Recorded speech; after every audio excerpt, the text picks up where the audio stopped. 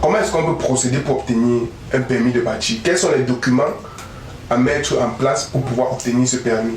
Et quel est le nombre de temps il faut déposer dans quel ministère? Bref, tout savoir de manière détaillée sur le permis de bâtir. Ok. Comment est-ce que la procédure d'obtention d'un permis de bâtir au Cameroun? En fait, j'aimerais d'abord attirer l'attention dessus.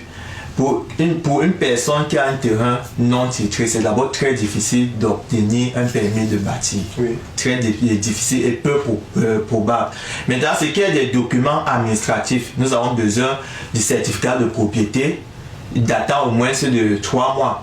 Certificat d'urbanisme datant au moins de 3 mois également et une demande signée par le propriétaire ou son mandataire. Et c'est qu'il y a des documents techniques, dossiers techniques. Nous avons les dessins architecturaux tels que plan de distribution, plan de fondation, coupe, façade, plan de toiture. Et ça doit être fait à l'échelle 1/50.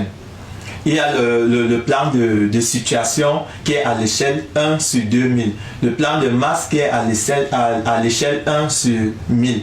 Maintenant, nous avons besoin aussi, ils ont aussi besoin, parce que l'autorité administrative compétente qui se charge du permis de bâtir, c'est la mairie, la commune auquel vous appartenez en fait.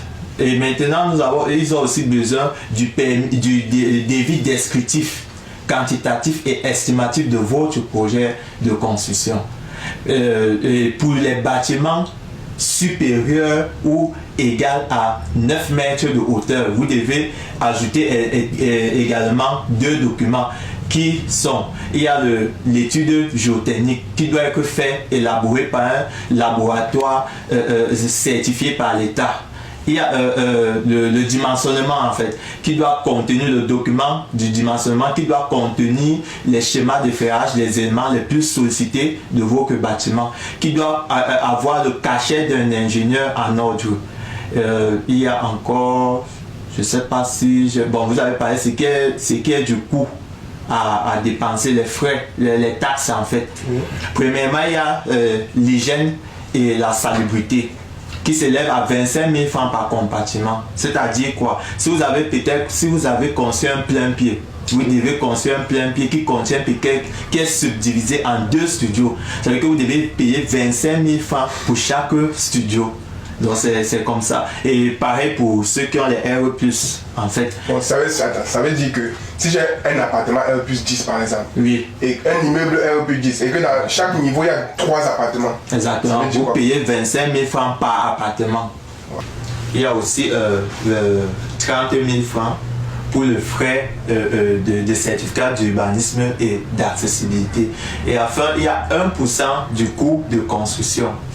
Comment est-ce qu'on obtient le coût de construction? Voilà, c'est un élément très essentiel. Pour obtenir le coût de construction, vous devez savoir déjà que ça dépend du standing de votre construction. Ça dépend du standing.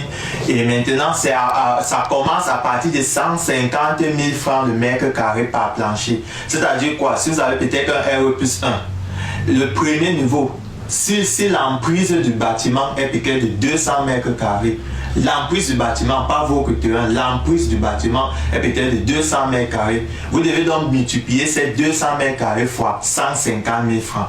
Ça, c'est pour ce qui est du premier niveau. Maintenant, le second niveau, si l'emprise de cette dalle est peut-être de 200 mètres carrés également, ça peut être plus ou moins, ça dépend des conceptions. Et maintenant, si c'est peut-être de 200 mètres carrés, vous multipliez également par 150 000 francs. Et maintenant, cette addition obtenue, c'est sur ça qu'on prélève les 1% du coût. C'est pourquoi on dit 1% du coût du bâtiment, du coût de construction. C'est sur ça qu'on prélève ces 1%. Et maintenant, je tiens aussi à rappeler pour ceux qui ont déjà bâti au préalable sans avoir la permission, sans avoir eu la permission de la mairie. Donc ceux qui ont déjà fini de construire, qui n'ont pas eu au préalable la permission de la mairie, il y a ce qu'on appelle les taxes. Il y a les taxes à verser qui est de 30% du coût du bâtiment qui s'ajoute.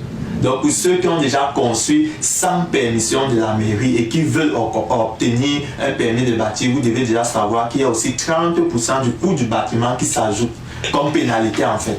Wow. Wow. Bon, je pense que c'est tout.